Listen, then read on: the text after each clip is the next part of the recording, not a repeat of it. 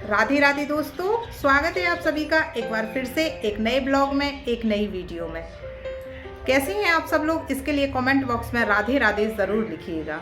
तो आज इस वीडियो में हम बात करेंगे दोस्तों सोमवती अमावस्या के व्रत और पूजा के बारे में।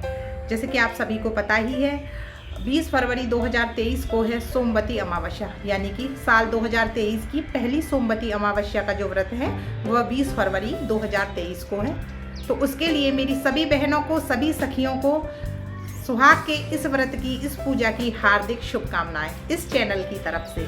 तो आइए आज इस वीडियो में हम सोमवती अमावस्या के व्रत और पूजा से जुड़ी कुछ बातें शेयर कर लेते हैं।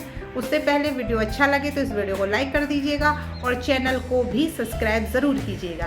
तो चलिए दोस्तों आगे बढ़ते हैं। सोमवती अमावस्या का जो व्रत है इस साल 20 फरवरी को मनाया जाएगा, यानी कि 2023 में 3 सोमवती अमावस्याएं पड़ने वाली हैं। सोमवती अमावस्या का व्रत जो होता है दोस्तों, वो कुछ बट सावित्री के व्रत जैसा ही होता है, लेकिन बट सावित्री के व्रत में हम पूजा करते समय डलिया रखते हैं या फिर बरगद के पेड़ की पूजा अर्चना करते हैं, उसके नीचे पूजा अर्चना करते हैं। लेकिन इसमें हम पीपल के वृक्ष के नीचे पूजा अर्चना करते हैं। तो सबसे पहले कि सोमवती अमावस्या का व्रत कौन कौन कर सकता है? तो जो सौभाग्यशाली स्त्रियां होती हैं या जो सुहागनें होती हैं या जिनकी नई नई शादी हुई है, वे सभी सोमवती अमावस्या का व्रत कर सकती हैं। अगर आपके घर में किया जाता है तो आप बिल्कुल उसी रीति रिवाज से करिए जैसे कि आपके घर में किया जाता है। लेकिन अगर आपके घर में नहीं किया जाता है, क्योंकि कई जगह क्या होता है कि कुछ लोग जानते ही नहीं हैं कि हमारे यहाँ तो ये व्रत किया ही नहीं जाता है। तो अगर आपके यहाँ व्रत जानते नहीं हैं, इसलिए नहीं किया जा सकता, तो आप इस सोमवती अमावस्या से यानी कि 20 फरवरी से ज़रूर कीजिए, क्योंकि ये सुहाग का व्रत है, सुहाग के लिए पूजा है। तो मेरा ऐसा मानना है कि अपनी सासू माँ से आशीर्वाद लीजिए, पैर छू करके पति से आशीर्वाद लीजिए, बड़े बूढ़ों से पूछ लीजिए आपके घर में जो भी हैं, और ये व्रत कीजिए। लेकिन अगर आपके यहाँ सजता नहीं है, यानी कि हमारी तरफ इसको खोटा माना जाता है, अगर आपके यहाँ सजता नहीं है या खोटा हो गया है तो फिर आप इस व्रत को बिल्कुल भी मत कीजिए। वरना खोटे वाली और सजते वाली अगर बात नहीं है तो आप ज़रूर कीजिए। दूसरी बात, पूजा अर्चना कैसे करनी है? तो सुबह उठिए, उठकर नहा धो लीजिए, उसके बाद पति के पैर छूइए, पति से अपनी मांग भरवाइए, क्योंकि इससे दाम्पत्य जीवन में प्रेम रहता है और पति पत्नी के बीच में भी माहौल अच्छा बना रहता है। उसके बाद एक थाली ले लीजिए, थाली में आप दीपक रखिए और पान रखिए, सुपारी रखिए, फूल रखिए, धूप रखिए, एक लोटे में कच्चा दूध रखिए, एक लोटे में सादा जल रखिए यानी कि पानी रखिए, और सुहाग का सामान रखिए। इसके बाद जिस चीज़ से भी आप फेरी लगाएंगी, यानी कि फेरी हम लगाते हैं आज के दिन, वो भी मैं आपको बता देती हूँ। जो पीपल का वृक्ष होता है, आप उसके नीचे जाइए और आपको 108 बार पूजा करने के बाद फेरी भी लगानी होती है। अब आप फेरी किस चीज़ से लगाएंगी? तो देखिए, फेरी के लिए आप चाहें तो किशमिश ले सकती हैं, बताशे ले सकती हैं, श्रृंगार का सामान ले सकती हैं, जैसे कि बिंदियाँ ले लीजिए या सिंदूर के डिब्बे ले लीजिए, या फिर 108 चूड़ियाँ ले लीजिए। आप मखाने, किशमिश, फल, तो आप चाहें तो फल भी ले सकती हैं, जैसे कि बेर ले लीजिए, अंगूर ले लीजिए, जो भी चीज़ आप लेना चाहें।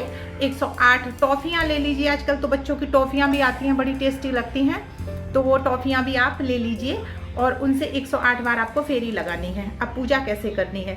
सारी सामग्रियाँ लेकर के आप सबसे पहले 16 श्रृंगार कर लीजिए। लाल, गुलाबी, नारंगी, हरा, इस तरीके की साड़ियाँ पहनिए, काला, नीला बिल्कुल भी ना पहने। 16 श्रृंगार कीजिए। अगर 16 श्रृंगार नहीं कर पा रही हैं तो फिर क्या करें? तो चूड़ी, मेहंदी, महावर, बिंदी और सिंदूर, ये 5 श्रृंगार आप ज़रूर कीजिए।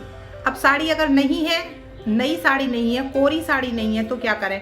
तो आप धुली हुई अच्छी साफ साड़ी भी पहन सकती हैं। ऐसा नहीं है कि बिल्कुल आपको नई साड़ी ही पहननी है, लेकिन जो नव विवाहिता होती हैं, थोड़ा सा सजने संवरने में थोड़ा अच्छा सा लगता है, थोड़ा अच्छी फीलिंग आती है, और थोड़ा पति भी प्यार ज़्यादा करने लगते हैं, करते हैं, अच्छा लगता है पति को भी। तो मैं तो यही कहूँगी कि जो नव विवाहिता हैं, जिनकी नई नई शादी हुई है, मेरी बहनों की, मेरी सखियों की, तो वे सब सखियाँ 16 श्रृंगार ज़रूर करें। अच्छा, इसके बाद हम लोग जाएंगे पीपल के पेड़ के नीचे। वहाँ हमको क्या करना है कि वहाँ सबसे पहले हमको कुमकुम से या चंदन या हल्दी, किसी से भी आप पेड़ पर एक धोबन की आकृति बना लीजिए, सोना धोबन की, क्योंकि आज के दिन सोना धोबन की ही कथा कहीं और सुनी जाती है। इसके बाद आप उनकी पूजा अर्चना कीजिए। भोग में आप चाहे तो मीठे पुए बना कर ले जाइए, आप चाहे तो मिठाई उनको दीजिए, आप चाहे तो फल दीजिए, मेवा दीजिए, जो भी आपकी श्रद्धा हो, जैसी आपकी आर्थिक स्थिति हो उस हिसाब से आप उनको भोग लगाइए। इसके बाद दीपक जलाइए। दीपक जलाने के बाद आप कथा ज़रूर सुनिए। उसके बाद हमको लगानी होती है फेरी। तो फेरी के लिए आप कच्चा सूत लेकर चली जाइए। कच्चा सूत नहीं मिलता है तो आप कलावा ले लीजिए। कलावा थोड़ा सा ना छोटा पड़ जाता है, तो आप एक काम कीजिए, 2 या 3 या 4 कलावे की गड्डियाँ ले लीजिए। जितनी भी बच जाएं वो घर में काम आ जाती हैं। तो आप इस तरह से पीपल के पेड़ पर लगाइए और ऐसे घूम करके आइए। और आने के बाद आपको जहाँ आपकी फेरी ख़त्म हो रही है वहाँ पर के एक कपड़ा रख लीजिए या कोई बर्तन रख लीजिए, और जिस भी चीज़ से आप फेरी लगा रही हैं उस एक चीज़ को वहाँ छोड़ती जाइए। अच्छा, एक काम और कीजिए, उसके साथ थोड़ा सा सिंदूर भी अलग से लेकर जाइए, जो मांग में लगाने वाला सिंदूर होता है, और उसे वहाँ रख लीजिए। और उसमें से थोड़ा सा सिंदूर, जैसे कि आपकी फेरी ख़त्म हुई तो जो आकृति आपने बनाई है सोना धोवन की, उनकी मांग में लगा दीजिए और अपनी मांग में लगा लीजिए।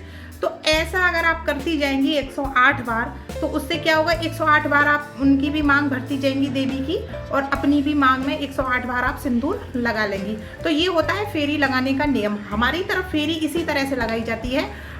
अगर आपकी तरफ फेरी लगाने का कोई और नियम है या कुछ में कुछ बदलाव है तो आप उसी तरह से बिल्कुल कर सकती हैं, इसमें कोई परेशानी की बात नहीं है। एक और बात, अगर पीपल का पेड़ नहीं मिलता तो पूजा कैसे करें?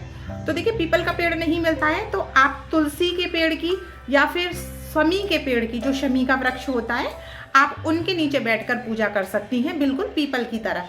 गर्भवती महिलाएं जो हैं वो पीपल के पेड़ की फेरी ना लगाएं। यानी कि जो मेरी सखियां हैं, जो मेरी बहनें हैं, जो कि माँ बनने वाली हैं और इस व्रत को करना चाहती हैं या इस व्रत को कर रही हैं, अगर वो पीपल के वृक्ष के नीचे पूजा करने जाती हैं तो उनको फेरी नहीं लगानी चाहिए। वे फेरी कतई ना लगाएं। हमारी तरफ गर्भवती महिलाओं को फेरी लगाने से मना किया जाता है। वे सिर्फ पूजा अर्चना कर सकती हैं, लेकिन तुलसी के वृक्ष की वो फेरी लगा सकती हैं।